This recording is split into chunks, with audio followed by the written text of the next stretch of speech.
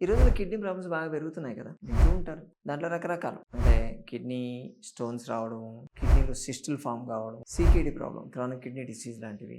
అలాగే urinary tract infection ఉండడము. వీటికి మందులు లేకుండా బయటపడడం. అలాగే కిడ్నీని ఎప్పుడప్పుడు క్లీన్ చేసుకునే మెథడ్ కూడా ఉంటుంది. అది గాని చేసుకోగలిగితే అస్సలు మనకు ప్రాబ్లమ్ రాకుండానే చూసుకోవచ్చు కదా! ఆ రెమెడీ చెప్తాను నేను ఈరోజు.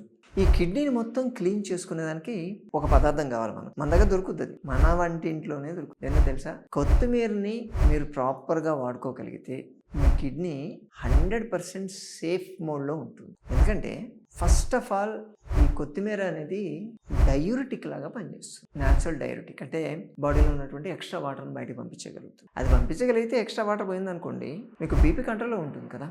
మామూలుగా బీపీ హై బీపీ ఉన్న వాళ్ళకి డయూరిటిక్ టాబ్లెట్స్ కూడా ఇస్తూ ఉంటారు. దాని లెక్క ఇది కూడా పనిచేస్తుంది. దీంట్లో ఎపియోల్ ఒకటి, మిరిస్టిసిన్ అని చెప్పి 2 కాంపోనెంట్స్ ఉంటాయి. ఈ 2 కాంపోనెంట్స్ మీకు మోర్ యూరిన్ ప్రొడక్షన్కి హెల్ప్ చేస్తాయి, డ్రైన్ చేసేస్తాయి. దానివల్ల బాడీలో వాటర్ డిపాజిట్ కాకుండా ఉంటుంది. దీంట్లో ఎపిజినిన్ అని చెప్పి ఇంకొక మాలిక్యూల్ కూడా ఉంటుంది. ఇదేం చేస్తుందంటే కిడ్నీ స్టోన్స్ ఫామ్ కాకుండా చూస్తుంది. ఇది యూరిన్లో కాల్షియం అలాగే ప్రోటీన్ పోవడాన్ని తగ్గిస్తుంది. దానివల్ల ఏమవుతుందంటే కాల్షియం ఆక్సిలేట్ స్టోన్స్ లాంటివి రాకుండా ఉంటాయి. దాంతో మీకు కిడ్నీ స్టోన్స్ ఆటోమేటిక్గా రావు.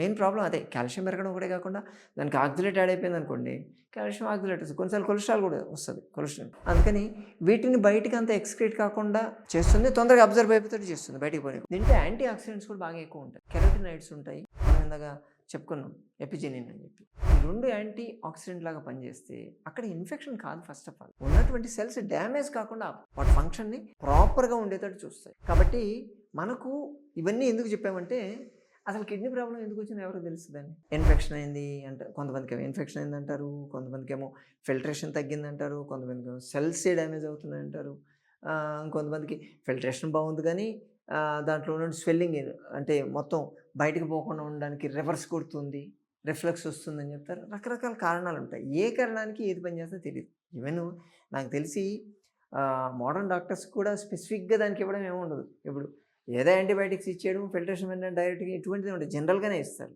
కానీ ప్రాబ్లం ఏదైనా కానీ దానికి ఎక్సలెంట్గా పనిచేసేటువంటి ఒక మెడిసిన్ అంటే ఏదంటే ఇదే కదా. ఇప్పుడు చేసి ఇది యాంటీ ఇన్ఫ్లమేటరీగా పనిచేయాలి, డైరెటిక్గా పనిచేయాలి, ఇన్ఫెక్టివ్ యాంటీ ఇన్ఫెక్షన్ పనిచేయాలి, యాంటీ ఆక్సిడెంట్ లాగా పనిచేయాలి, ఫిల్ట్రేషన్ పెంచాలి. ఇన్ని చేయాలంటే కనీసం ఒక 5-6 టాబ్లెట్లు మీరు తీసుకోవాలి మనం బయట. అంత అవసరం లేదు కదా. ఇది చేసే కొత్తిమీర కానీ తీసుకోగలిగితే మీకు ఎటువంటి మెడిసిన్ లేకుండా మీ కిడ్నీ ఆటోమేటిక్గా క్లీన్ అయిపోతూ ఉంటుంది. కనీసం వారానికి 2 సార్లైనా సరే దీన్ని తీసుకుంటే చాలా మంచిదని చెప్తారు.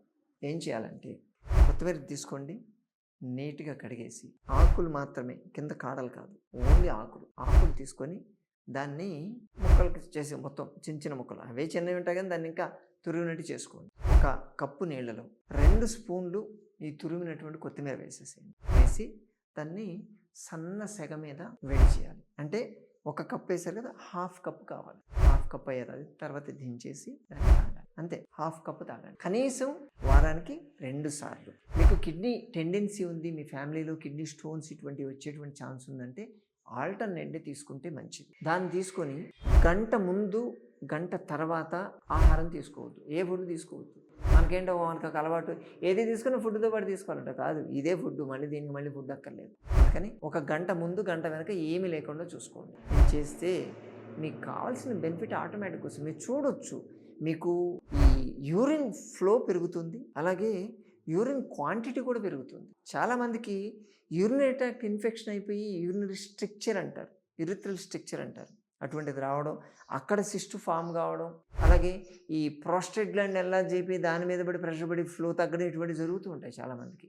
అటువంటి కండిషన్ ఉన్న వాళ్ళు కూడా ఇది చాలా బాగా పనిచేస్తుంది. మొత్తం యూరినరీ ట్రాక్ట్ క్లీన్ అయిపోతుంది. ఇంకా అంతకన్నా ఏం కావాలండి.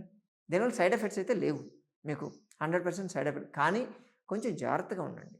ఎందుకంటే ఇది ఉంది కదని చెప్పి కొంతమంది పచ్చిది తింటానంటారు. అలాగే 2 స్పూన్లు కాకుండా ఏమవుతుంది మొత్తం జ్యూస్ చేసేసి బాటిల్లో పెట్టుకొని నేను తాగుతానంటారు. కాదు, ఉల్టా గుర్తుపెట్టుకోండి. అతి సర్వత్ర వర్జేయతి, ఏది అతి ఉండకూడదు. ఎంతవరకు ఉండాలో అంతవరకు ఉండాలి.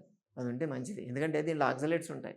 ఇదే ఎక్కువ చేసి ఇదే కిడ్నీ స్టోన్స్ ఫామ్ చేసే పరిస్థితి ఏంటి? దీన్ని ఎంతవరకు వాడుకోవాలి అంతవరకు పని చేసి ఫామ్ కాకుండా చూస్తారు, లేకపోతే అదే ఫామ్ చేస్తుంది కదా.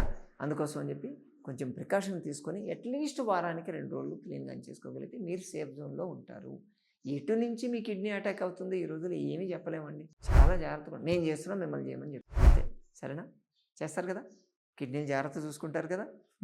మరోసారి మరో వీడియోతో మళ్ళీ కలుసుకుందాం. నమస్తే.